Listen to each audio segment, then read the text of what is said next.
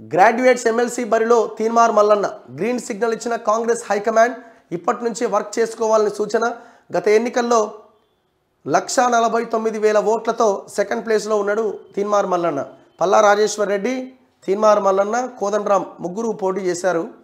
యాక్చువల్గా 30% ఓట్లతోనే పల్లా బయటపడ్డాడు. కారణం ఏంటంటే తీన్మార్ మల్లన్న ఒకవైపు, కోదండరాం ఒకవైపు, ఇద్దరు ఓట్లు చీల్చుకోవడం వల్ల పల్లా రాజేశ్వర్ రెడ్డికి అడ్వాంటేజ్ అయింది. సో మరి ఈసారి ఎట్లుంటుందో చూడాలి. సో ఈయన తీన్మార్ మల్లన్న లాస్ట్ టైం పోటీ చేసిన ప్లేసే ఇది మన ఇప్పుడు పల్లా రాజేశ్వర రెడ్డి ఆయన జనగాం ఎమ్మెల్యే అయింది కదా, దీనికి రిజైన్ చేసిండు. సో కాబట్టి ఎన్నిక అనివార్యం.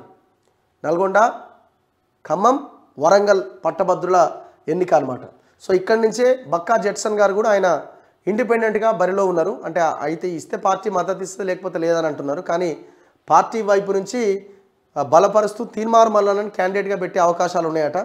ఇది నాకు ఒక క్లారిటీ కూడా కనిపిస్తున్నది. కారణం ఏంటంటే దిలీప్ కుమార్ గారు, కపిలవాయి దిలీప్ కుమార్ గారు నిన్న రేవంత్ రెడ్డిని మొన్న ఢిల్లీలో కూడా కలిసినప్పుడు సో ఈ అంశం తెర మీద తెచ్చినట్టుగా నాకు ఉన్న సోర్స్ యాక్చువల్గా.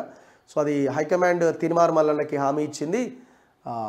సో ఆయన గ్రాడ్యుయేట్ ఎమ్మెల్సీ ఎలక్షన్లో పోటీ చేయబోతున్నారని రేవంత్ రెడ్డి దిలీప్ కుమార్ గారికి చెప్పారట. సో లాస్ట్ టైం 1,49,000 ఓట్లతో సెకండ్ ప్లేస్లో ఉన్నారు మల్లన్న.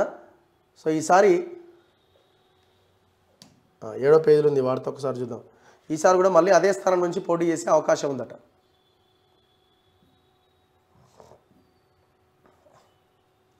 తీన్మార్ మల్లన్నగా గుర్తింపు పొందిన చింతపండు నవీన్ మరోసారి గ్రాడ్యుయేట్స్ ఎమ్మెల్సీ ఎన్నికల్లో పోటీ చేయడానికి సన్నద్ధమవుతున్నారు.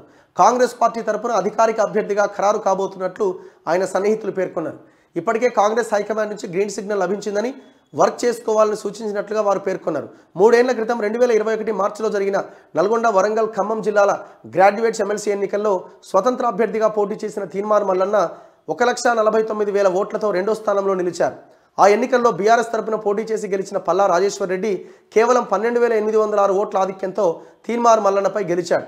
గత ఎన్నికల్లో స్వతంత్ర అభ్యర్థిగా పోటీ చేసినా ఈసారి మాత్రం కాంగ్రెస్ టికెట్తో పోటీ చేస్తారని ఆయన సన్నిహితులు పేర్కొన్నారు. యాక్చువల్గా ఇది ఇండిపెండెంట్గానే పోటీ చేసే ఎన్నికలే, కాంగ్రెస్ టికెట్ తీసుకోవడం ఉండదు, కాంగ్రెస్ బలపరుస్తుంది.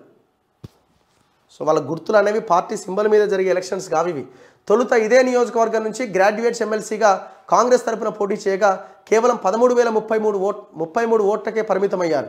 6 ఏళ్ల వ్యవధిలో ఆయన పట్టభద్రుల్లో తన పాపులారిటీని, బలాన్ని పెంచుకొని 1,49,000 ఓట్లు పొందగలిగారు. హుజూర్నగర్ అసెంబ్లీ నుంచి గెలిచిన ఉత్తమ్ కుమార్ రెడ్డి నల్గొండ లోక్సభ స్థానంలో గెలుపొంది ఎమ్మెల్యే పదవికి రాజీనామా చేశారు.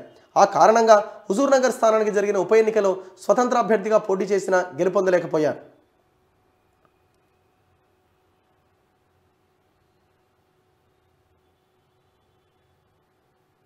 ఇట్లా ఈ ఎలక్షన్ కూడా అతి త్వరలో రాబోతున్నది.